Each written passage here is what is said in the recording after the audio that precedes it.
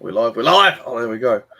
Hello and welcome to another live stream. Today, the three amigos here, we're going to talk about what we've done this week, and then we're going to talk, and last week as well, we didn't do one last week, and then we're going to talk about world building, what we've done regarding world building, and writing up the stuff that no one actually sees, but you kind of need it so it makes sense throughout the story. That's pretty much what we're doing. I'm just doing my stuff. Right, well, who wants to go first then? Who feels like want to talk about their writing so far? Anyone? No volunteers? Right, okay. So, I had just done world building. I haven't done no writing this week. I've only done world building. I've just been working on, which I've got it all here, my FTL, how that works, how the two different types of FTL that I've got on my one side, how it works, the resources and stuff, because what I'm wanting is the resources to be a part of the fights and the wars. So like have multiple different sorts of resources. I've got like the shield, the shielding is like a crystal. Then you've got the FTL's some sort of mineral, and those two things alone are in different places. So between you've got them, then you've got like the military outpost, you've got civilian places, on top of general mining and stuff that you need in space anyway. There's a lot of things they have to defend, so they're key parts of where stuff can be attacked and not. So that's kind of adding in bits and bobs like that. Working on tank names, what they do, just to give them like a nice little, stuff like that. How my ships are going to be named, because I like to have all my stuff kind of how it is in like real life. I was talking to Rams about earlier, like ships have different names, whether they're states, like American Airways states, or blah blah blah stuff like that. Oh, what happened? Oh, you both muted. All good. Keep going. Ramsey died. Oh no, come back. So I've just been working on ship names. So I've made a few like important people, like queens, kings, stuff like that, just to kind of give you an idea of ships' names, and then there'll be like whoever that person is, blah blah. And my main I did do some writing actually. I started writing for Cade Seller. I think I just named him S-E-L-A. I think that's how you pronounce his second name. His name's Chisel, or not his name's Chisel. His tag's Chisel. I've been writing what happened with him. So just a little brief of what's happening. Where his story kicks off is he's on a carrier, because the carriers, they drop all the troops, like thousands and thousands of troops onto a planet, and his carrier's been attacked. So he just sort of like, how it starts from him is he's sort of like standing up because he's fell over because the carrier's been hit or whatever, and he's got blood down his face, and he's all sort of like not quite there, and he's got to escape. So they're kind of running through the ship to get to the pods to abandon ship, because the ship's, they're getting smashed. That's kind of what I've done with him. Worked on some art, which I'll probably show a bit later, but I'll let one of the other guys talk. But that's kind of like a little brief of what I've done. So who wants to go next? Okay. I'll go if you want me to. I this week did a lot of brainstorming, and then went from 400 words to about 1,800 words. So looking about 3 pages of a short story, which I'm not hoping to get more than 10, if I can not be long-winded. I cut some characters, gave a couple characters some names. Basically, most of them had a brother 1, brother 2 scientist. And so now I'm actually putting names in, and hopefully, I added something this week that I was like, oh, this would be great. I didn't really know exactly what the world was going to look like, and so I created the planet's going to mostly be ice, but they're around a volcanic lake, and so everything outside of the city is frozen. But because of the volcanic lake, where they are is they've built up on sort of like stilts in this volcanic area, and so they can't walk on the ground, so they have a line system. I don't know if you guys ever played BioShock Infinite, where they're on a cloud city, and so they're going to have like basically baskets you can take and hook onto a line, and it has a gear that you sit in it. And I was like, oh yeah, this is great. So I'm like trying to figure out how that's going to work. So he meets the immortal character that's going to be in every story, and they ride together in that little basket, and they kind of talk to each other, and then your mortal character walks off. But so that's kind of what I did this last week, 2 weeks. This I could get lost in the world building and not write ever, just having so much fun going through and like brainstorming out all the details. And for the last 2 weeks, Pete and I are brainstorming on a couple different projects and want to try writing together. The brother who helps me run our channel, back on Geek on My Sleeve. And what we've been doing is just the kind of like our dedicated writing session time has just been the brainstorming process of like, hey, here's a couple cool ideas that I've thought about, like how can we make it work? And really, I think we all said that we've watched Brandon Sanderson's creative writing class, right? Yeah. And just one of the things he said was like combining good ideas and all of a sudden making stories work. So the last couple of weeks, typically like half hour when he's riding into work, and then later on his lunch break, we take some time and have just been filling in kind of like you guys, the worlds that would be fun to play in, some cool concepts, and just trying to work out the details of like how to make it all work, right? Yeah. Not too much on the actual word count, but have been filling in kind of our, I don't know if you want to call it like wiki. I'd be curious what you, I'd be curious what you guys use, because I've been looking at different tools, and we're Google Drive fans. Like we use a Google Drive to share all our stuff for Geek on My Sleeve right now. So we've just kind of like been building our own little databases and kind of like our lore and our history and stuff in there. Do you guys like do more handwriting? You use Word? How do you guys keep track of it all? I write my story on Word. I have loads of notes go down on here. But yeah. So the story I write on Word, I do chuck all my ideas on Word, because I usually like an idea pops up, goes on my phone. Once it goes usually on a certain document I've got on Word, it's then what I'd call canon. Like as this stage, it's ideas, and then once I'm kind of happy from paper, I go to that. I did have a play with Campfire. I had a 10-day trial, free trial, and I had to go on that, and I really liked that. Mm-hmm. But I think it's like, to buy it straight out, which is about £50, which is about $70, which isn't too bad. I just haven't got a spare 50 quid to do. But Campfire was really good because you can share that with people. So say down the line, people got interested in my story and wanted to see stuff, I can show them, like, I've got all these different aliens. So like, I make an alien up. I'll stick the picture of the alien on there. I write his history just so I know it. It's got nothing to do with the story, because you might see his character once, but it's good to have that just a little bit of background there. So like for later on, having Campfire would be quite good to, if someone's interested, I could be like, oh, here's Campfire. There's all the history of everything if you're interested. That's kind of like what I do at the moment. That's one of our challenges is the collaboration piece on these things, because like we've worked on so many different projects together that we just have this real good ebb and flow on the brainstorming process, where all of a sudden I'll start talking about something and he'll take it and add a layer or dimension. It's like, wow, yes, like let's do that.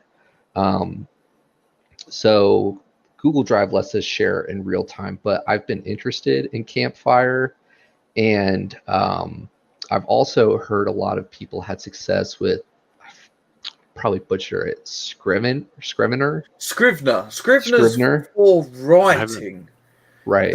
That's a writing that helps make it correct, I think. I've heard about World Forge. There's World and maybe World Anvil. Maybe that's what it is. It's either World Anvil or World Forge. Yeah. You can like input your maps, and you can input. I think it's like $75 a year. But it's always hard starting different projects and justifying the investment in toys and gear, right? Like pen and paper, it's $1.50. Google Drive, it's free, it's functional, it works. But Evernote works pretty good too. I put some stuff in Evernote. Yeah. And I've used it quite a bit because I can use it on my phone and on my That computer. that reminds me of All what. my good ideas happen when I'm driving. So Oh, and you get like the narration piece going. Like Once we've Bas- spoke about this stuff, we'll go to some questions because one of the guys working, Yeah. man, he said a few things. So we'll yeah. just so the people know. All good. I could ramble all day. Real quick though, one of the tools that my brother Pete picked up, and I ordered one myself because he loves it, is like this Rocket Book type thing, where you actually physically write in it, and then you can kind of like preset it up to upload to the cloud in certain areas. And basically, I think there's like a key at the bottom, and if you mark it, then you just take the app and scan it physically, and it automatically uploads it to like Evernote or Google Drive or whatever. Okay. And then you can erase it and keep reusing it and then auto upload it. So that's a cool idea. yeah, wish Pete was around, kind of for those people that need to physically like draw or map stuff out. That's not me. Like I can jot quick notes, but my handwriting is awful. No artistic talent in that way. One of the coolest set of videos that I watched on YouTube when I was getting ready to look into map building and stuff like that. WASD 20 is the name of the YouTube channel, but he did a series where he was like, all right, it was more for a D&D campaign, but he did took like a handful of beans and poured it on the paperwork, and it gave him the idea to, he knew what he kind of wanted to do, but it gave him the ability to, as the beans fell on the paper, he could outline where those beans ended, and that was the continent, and then anything that fell off of there were islands. And if he wanted to add something later, so it kind of randomized his world a little bit. And then he went back through and he named cities. He did work on, it was like how like rivers and islands really should be, like coming from the mountains down to the ocean, because a lot of times you'll see like inexperienced map builders, which I am, would just put a river starting somewhere, and then you're like, that doesn't make any sense. And you have people going, why would a river come from the middle of a plain and go up to a mountain? That doesn't make, and stuff like that, where he's like, you got to think logically. And then like the gradual mountains where, unless there's an in-lore reason, a random mountain, doesn't make sense, but a mountain range would, and stuff like that, where you look at it and you go, if I really want this, there needs to be an in-lore reason to why there's one random mountain, and then, stuff like that. So I thought that was a really cool series. He went and drew the whole map. And so I hope to do something like that. Like, I mean, I showed you guys last time, I literally drew my universe on the back of an elevator machinery door, and then I took a picture of that because I had the ideas. I was like, oh, I want to do this. I want to do this. I'm just going to write it in a Sharpie on the back of this door and then take a picture of it. Well, my map, that was my first map for my story. Okay. It's supposed to be, believe it or not, one massive continent over a planet. It looks like an island. Yeah, but that was my first attempt at like it's part of the process though, right? Oh, yeah, it's all and fun like and games. I don't even think I could get that much physically on a sheet of paper. I'm really going to have to take advantage of some of those tools out there to get that done. But I find it's easier when you're in that mindset to really push through some of the stuff. That way, when you get the story bug where you're like, okay, I don't want to think about the stuff behind the curtains. Let me just focus on telling my story. It's all right there to help you piece it together, right? And to like understand how it all works. Because otherwise, I don't know, I get lost in the details, and that could just completely derail me if I'm trying to progress something. Writing wise. See, I've been quite good. What I've been doing is just, I know what I need to know, so I'm just making that so I understand, so I don't get confused. Because I was talking to my artist friend, and he was saying, like, oh, what about this? And he was asking me these questions, and I was saying, like, well, I don't need to know that because the story doesn't need it. Mm-hmm. I just need to know how the functions work, so then I can actually, as I'm writing it, it stays continuity stays within what I'm trying to write. Oh, should we answer some questions quickly before we or what people I was are going to saying? tell Josh that no, Okay. I have not drawn out my world map yet. I have no idea what it's going to look like. Right. In the beginning of We'll do this one, yeah. the beginning of this week, I was like, because he's in a building and he was cryogenically frozen and he's coming out of the building, and so I was like, all right, how am I? What am I going to do? And I play this game called Frostpunk. I don't know if you guys have played any of you guys have played it, but it's basically an ice world where you find resources and you start up a generator, or everybody freezes to death. But I had the idea of what if lava did that instead? Instead of a big generator, you did lava. And so everything else is frozen. And they've got a central lake where the city rings the lake, and they use zipline wires and baskets. So like that all came to me in the middle of the story, and then I just had to put it in the story. So that sounds good. So I've got a picture. So I drew that one up that I drew first, and I'm going to screen share, which might, if I disappear, it's because it all just crashed out on me. Yeah, I've been having really bad internet. There we go. Oh, nice. It looks good. Yeah, okay, nice. It's spasming on my screen. It sort of just go da, da, da. There we go. Right, so that's I paid I think about £20 ages ago. So what I drew up first, I then told the guy, and he drew that up for me. I like knowing for myself. I'm going to take it off because my screen's messing up. I like knowing personally what everything looks like. So like I'll have that drawing, but I kind of want to see it kind of a bit more coloured, just because that's just what I like. I'm doing this because I want to do it as fun for myself. You know what I mean? Oh, you so have I paid the £20, and he did that up, and it's sort of like, because that's now canon at the moment, I can then work my story around that, because I do like to sort of plan a bit. So I'll have that, and I'll be like, right, okay, so I know there's how many thousands of people going this way, and there's these lot, and there's these what going over that way, just so as I'm writing, I know where it's going, because I've got quite a few moving parts that you're only going to hear about, but I need to make sure that the ones you hear about are going in where I'm hopefully want them to go, and you know what I mean? Right. So that's kind of like, yeah. That's what You want the details to be consistent throughout the whole story, right? Yeah. And I think we talked about that a little bit on the last stream, where I think I forget who it was, maybe Joey. Don't you just like make a note of it and then just like keep the momentum going if like something makes sense to kind of alter a little bit, and then I'll change my whole story. Revision. Mm-hmm. Yeah, like if like I think it should be snowing, I'll just from that point onwards, the ground's littered with snow, and it's been snowing as far as I'm concerned. Right. And then I'll then the edit. That's it. Yeah. So it depends for me. Sometimes like I'll catch like a concept of a story and just start going.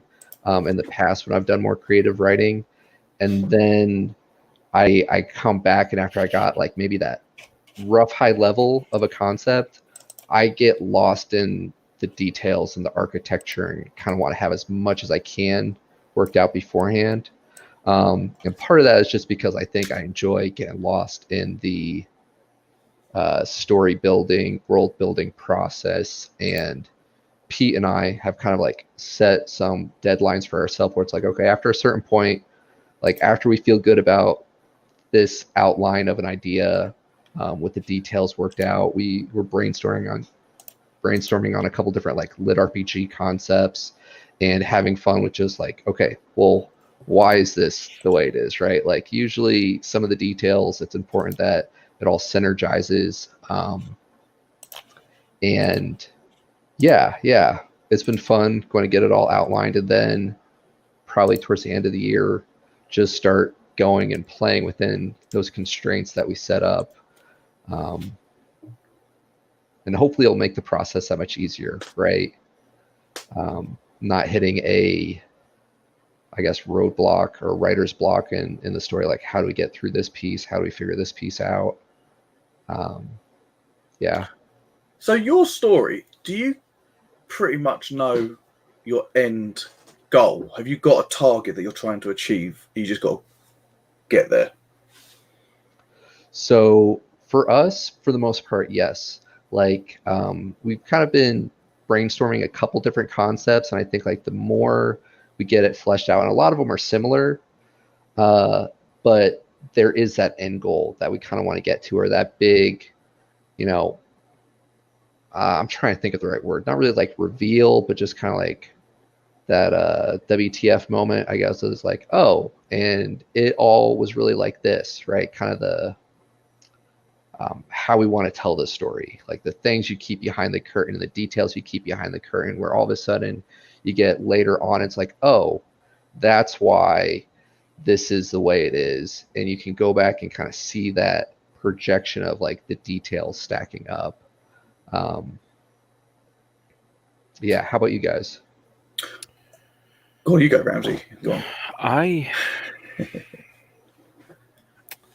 personally, I don't know. You go ahead. I'll let me think. Let me keep thinking about it. I thought I was ready, but I'm not ready. Well, yeah, I'm going to answer this question. I have planned out in my head pretty much everything. Now, it changes because, like, I know my target, so I know my as of now, I know my characters who die. I know my characters who possibly survive. I've got it written out, so I kind of know what I'm doing, just so I can keep on track. Because I'm always thinking, and story will change and stuff like that. But as I'm actually going as the characters do what they want. So I'm just typing, and I just think, oh, that's a good idea. His legs will be blown off, and then that will completely change how. Well, no, it doesn't change. I still need to get to my point because I'm quite consistent that I know this is the story I want. But then he'll lose his leg, so then I'll have to. I'm using an example, but like he'll lose his leg, and then I have to then work out how I can get that guy to where he's going without the leg now, for example. So it's all planned, but it's just complete. It's planned so up to the points I want to get to, but I know the points I need to achieve because if not, I'll just go on and my story will be so different. That could be fun though. Oh yeah, just never get it done. Like I knew my beginning and the idea of what I wanted to do, and then there were certain points I wanted to hit along the way, and I knew exactly what I wanted to do at the end. And really, it was just the overarching idea of I watched a story, and it was about domesticating foxes, and that's really the whole broad concept of what I wanted to do in the story. And then, like, it took generations to do it. So what they did is they selective bred foxes to domesticate them. And so they're trying to do that with humans, and that's really the general story that I'm going for. And things are changing back and forth. Like, there's different types of creatures in the 5-planet system that I've got. And so I want to tie some of that in, and like some of them are going to be humans, some are going to be like elves. I think they'll have, I don't know, different. I don't know how I'm going to do all that yet, but I want to add them for when, this being a short story, when I finally get to the novels, I want it to tie together, and people can go, oh yeah, hey, he mentioned that in that short story, but I don't want to hold myself down. Does that make sense? We're like, I know what I want to do for this story, and I know this story is probably going to be bad because it's my first story ever. But I'd love, people to come back and be like, man, I read your trilogy 10 years from now, and you got anything else? I'll be like, here's this really bad short story that I can show you, but it does tie in lore-wise. It's part of the process, though. And yeah, like I know a lot of the different authors I follow, you can see that progression, just more of the polish, more they get into the world, the story building, the less they're doing the same, what's it called when they do an action or mannerism, like Bob Oh, didn't like sigh 12 times anymore. Like he didn't just grab his chin. Like he kind of, like Wheel of Time tugged on her braid or crossed his yeah, arms on her yeah, breast. exactly. Even Um, Sanderson gets caught in that. I think mhm, somebody Googled like how many times Storm is in like book 1 of the Stormlight Archive. It's like mhm, 1,000 times he mentions Storm. mhm. It does Well, get kind of yeah, repetitive. I yeah. noticed that when authors use the same sort of word quite a few times, a pet peeve word of mine is grimace. I don't know why, I just don't like that for some reason. And I hate it when I always notice it. Like if it's just one grimace, but then I always notice like grimace and then like a page later, grimace again. I'm like, they could just be like frowning, you know? They don't always have to be grimacing. You can just like unhappy and be like, but that's just me. He's got quite a sad look, that fella. Yeah. There you go. There you Yeah, he go. could be like very unhappy, you know, clouds Well, over his head. for Something my, else regarding the world building that I've been doing, and like as I was a carpenter before before all this stuff kicked off. Well, I still technically am, I suppose. But something I want to stick in is like carpentry names. There'll be lots of stuff named after something carpentry. So I've got like there's a tank model just called like a router, and there's like a herringbone and like gauge, and there's like acro, and these are all building and carpentry things that I'm with, and they're just little subtle hints. There'll be like someone called Chip, just like, you know, a tag called Chip or something. And Chip's obviously, you know, you chip wood, you chisel wood and stuff. So there's all little things I want to add throughout the story. So like if later on down the line someone will be like, oh, there's another little carpentry thing that he's just stuck in. Just like little, you know what I mean? Like, so I always have like the bigger, hopefully, the bigger sort of Easter eggs that like this story connects to this one because of this thing and this event and all this stuff. And then it'll be like the little Easter eggs of carpentry names and stuff that I like, and hopefully people in that world, you know what I mean?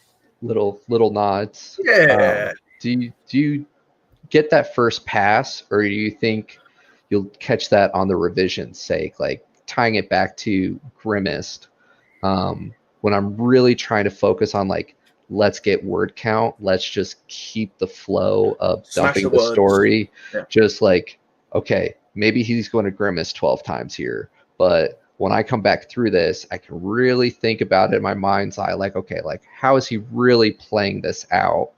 Just because if I stop to really try to articulate that when I'm just word vomiting and like trying to get linked, like, okay, I know that this is the scene I want to get played out.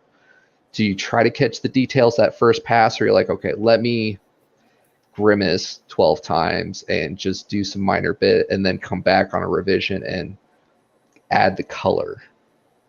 Whatever. I'll literally put in parentheses, change this later. I don't like it. Yes, that's it. I'll just spam. You gotta get the story down. Get the story down. Get as much as you can. Mm-hmm. I try to add like the little Easter eggs as they pop into my mind because I always forget sometimes. So if something pops in my mind, I can stick it in there, or at the bottom, my little note bit on each chapter. It's like add more of this, do this, just little notes, or you know what I mean. Like I'm going to tweak and stuff down the line. If you don't, you know, if you stop too long and re-go over and try and edit the same chapter, you know what I mean? And if you think too hard, you might lose that momentum. I've noticed if I'm thinking too hard on how conversations go, I don't get much done. Where if I just let my mind just blurb the words they're talking to each other, and Right. I notice it's more fluent. Well, I think it's fluent. I mean, no one's actually read it yet, but I feel like it's a bit more fluent how they're behaving because in my mind, I'm really them characters rather than me trying to think about what they're saying. You know what I mean? Mm-hmm. Get what you can down on that go, right? Like what's at the front of your mind, and just push through it. And yeah.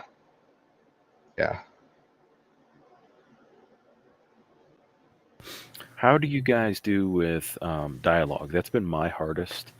I guess my biggest struggle, like because it's, blah blah blah blah blah. He said, and then I'm really going back and I feel like if you do good dialogue, you don't see the he said, she said, Paul said, Mm-hmm. Gary said. Like Mm-hmm. but mine does not flow well. Like it doesn't come across as like. I feel like it pulls me out of the story because maybe it's just because I'm writing it and trying to write it in a way that you're not confused on who's talking.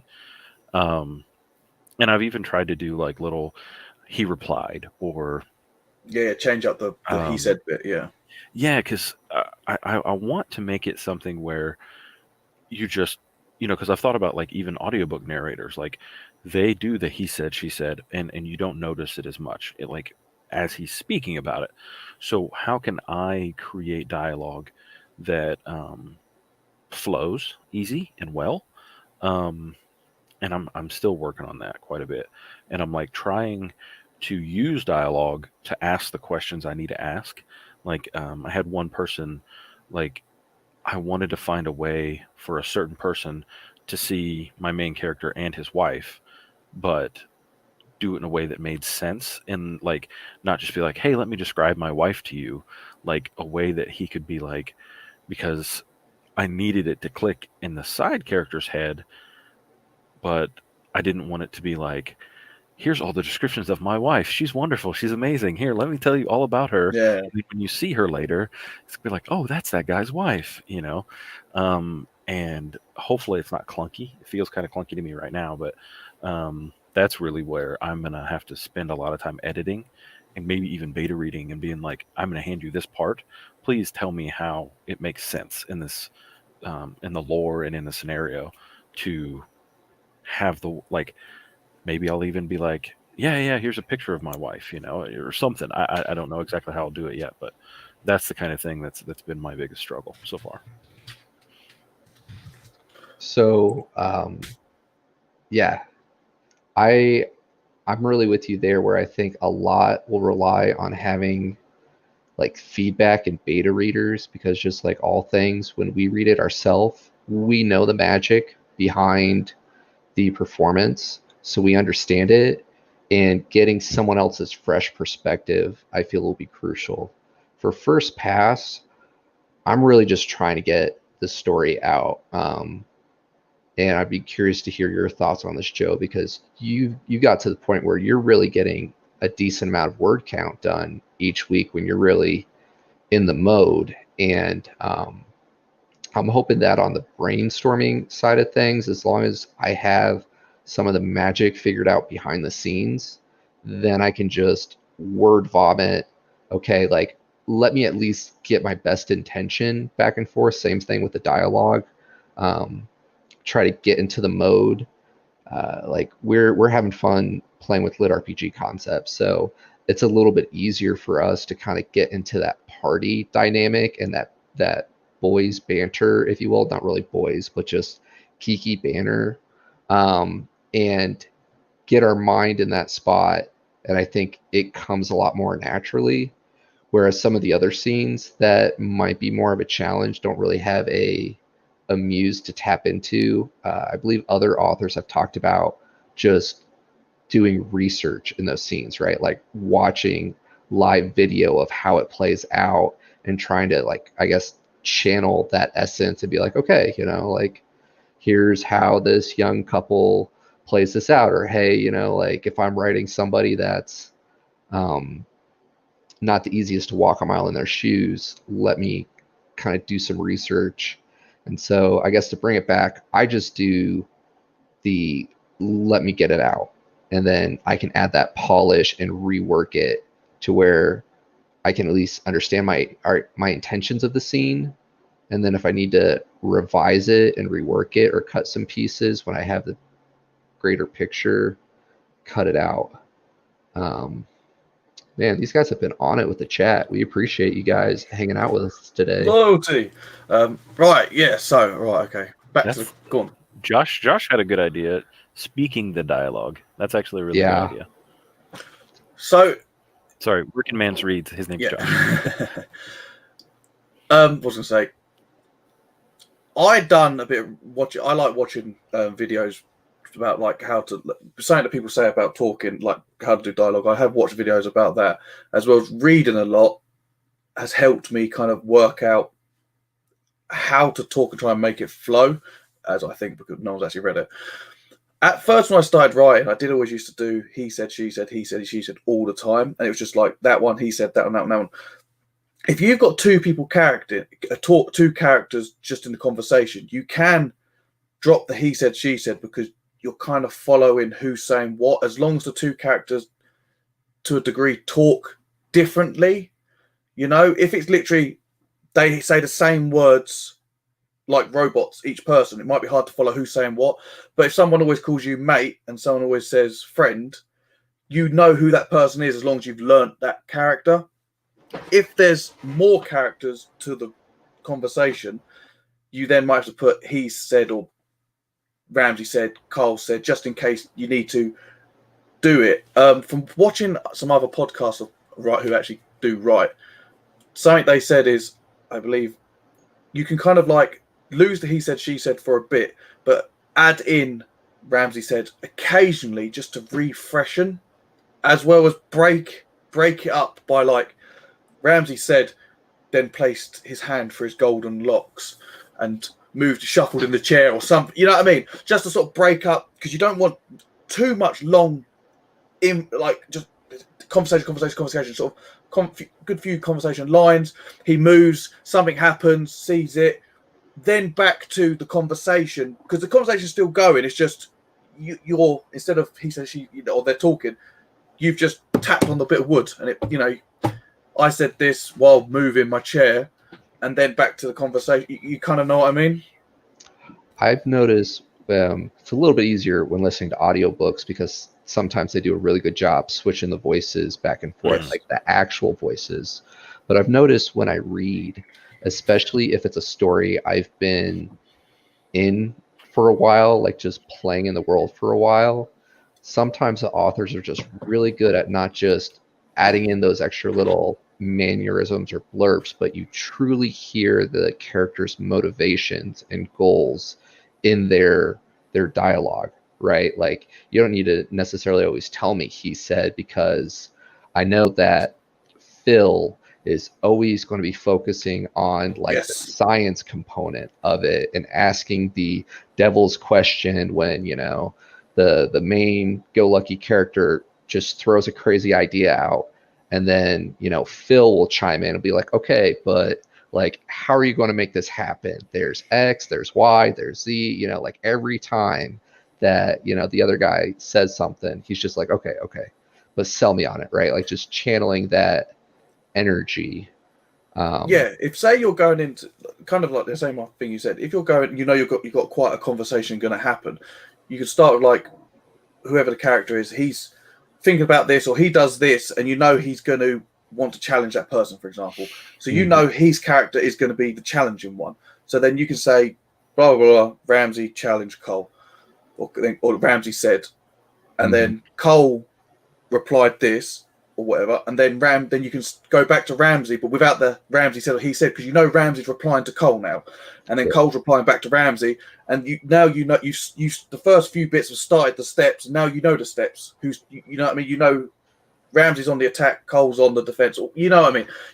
Like I said, who they're, whatever their whatever it is. But you know what I mean? You know what I'm saying? Yeah. I've played around with accents a little bit. He got gruffle voice. I don't know South African accent, like the Africans, where they've added like some Dutch words to English. So like, because my character's a twin, the scientist doesn't like him, so he's calling him Dubel, which is Africans for double. So he's using it as like a negative term. So I can kind of throw his accent kind of in, and that was an easy interaction. But he's, the scientist isn't in it a ton. He's like, I hope you die, Dubel, and then it's like, so yeah. But such a pleasant character. He's not a nice character. He is not nice at all. I guess he's the face of the bad government. He hates twins. Something I've kind of thought about is when I was thinking about giving like accents to my characters, but like hopefully if I do the book and it goes onto audio, the accent, if I say specifically he sounds like whatever he sounds like, and then I've got, hopefully the audio guy can actually perform these accents, or if he's got a real dark gruffly voice and the guy's like, yeah, you know what I mean, like adding to saying every character's got all these different unique accents. Obviously, I know you're just talking about a few characters, but you don't want to overdo the characters with all unique accents and stuff, because in our head we usually make that stuff up in anyway. You know what I mean? Well, I do anyway. Sort of thing, if you know what I mean. As we have the different accents all throughout our group today. Yeah. Yeah. This has been a lot of fun, guys. Yes, I agree. Appreciate meeting up with you guys to kind of help hold me accountable on progressing on these storylines. Yeah, thanks. Great discussion. Great group. Are you still aiming for another 2 weeks out show before doing the next one? I'm probably going to stick to. I'm going to try and stick to weekly, just because it helps me personally, and because we spoke about. He's in there. How you doing, mate? Hey, Rowdy Bob. Yeah, we're doing a read along with Lost Fleet. Yeah. If you want, I know. Josh, Man Reads is writing. Maybe. Yes. I can do every 2 weeks pretty easily. Maybe these other guys want to hop in, and I can. It could work out that way. Yeah, that I do like the idea, because I want to keep doing this every week, just so. Well, it's fun, you know what I mean, and it keeps me accountable anyway. It's also nice to hear how everyone else kind of tackles these challenges too. Yes. Right. Getting other tips from the community. There's been several great ones in the chat today. Yeah. That's it. Yeah. Well, that's what I kind of thought about. Is I'm a first-time writer, and obviously these guys are as well when we first spoke about it. And there are podcasts for people who are established writers or whatever. There's nothing for like green people who I know. So that's kind of just, it's fun. We're talking about our worlds. Hopefully we make it. If not, doesn't matter. We've had fun. And that's literally all it's about. And, yeah, that's it really. Yeah, I've had fun doing this because we all, are in the process of writing a story. We've never finished one and put the bow on one, and that's it. For me, it's been nice. It makes me go find YouTube videos. I'm like, okay, how do I write effective dialogue? Type it in, and okay, this established writer is giving tips. I watched what's his name, Jerry Jenkins, did one where he was talking about minimize this or minimize that, or take this time. Like, I had never thought about that, because I remember reading the Wheel of Time, Robert Jordan's series, and he describes everything. So I thought, I enjoy his writing style. That's how I should write. But he described, she went into her purse, pulled out her phone, hit the button, said, "Hey, hello, how are you? This is whatever." And then he's like, she heard her phone ring, answered the phone, and said, "Hey, what's going on?" Like, was able to really streamline it. I was like, great tips, things I could use, stuff like that. So this is definitely making me seek out more of that. Yes. Well, that's all it's about, though, isn't it? What little knowledge we can see and learn. And what would be good is if we do our first book, and then we could be like, right, what we said was complete waffle, or it's like actually was onto something and it really helped, Right, I think we're going to end it now because Cole's already gone. Yeah. So, right, hopefully next week, any other people will try and sort it out. If not, I'll be on my own. I don't mind. I was going to show some new aliens concepts. My mate. Oh yeah, for me. I can't get it on. I don't know. Can you do it? Can you screen share the final one? I can't do it. I might be able to. Here, let me try to pull it in. Hold on. Let's do screen share. Do this screen. Do you see it yet? Oh, share that. Oh, there we go. I can share it. Hang on. Okay, let me pull it up because you sent it to me in Discord. Yeah, because my friend, he's a fabulous artist and he does all my stuff. He brings all my stuff to life. Here you go. Yeah, so he did started this with that guy. That's it. He started with that, and that looked too much like a zombie. And then he did that, but the chest was too human-y. I know it's a humanoid-looking person. Yeah. But then this one, he's like got. He actually looks like a rhino skin kind of. Yeah, but it's not actually like that because you can't see it very well on the screen. I'm going to do a Sunday video for next Sunday, and then you'll actually I'll put it in there better because it's so detailed what he's done. It's such good work. Right. Yeah, that'll do. Right, we're going to go. We're going to love you and leave you, everyone. Thank you for watching. All right. Highly appreciate it. Thanks for joining us, guys. Yes, thank you very much. See you later. All right, see ya.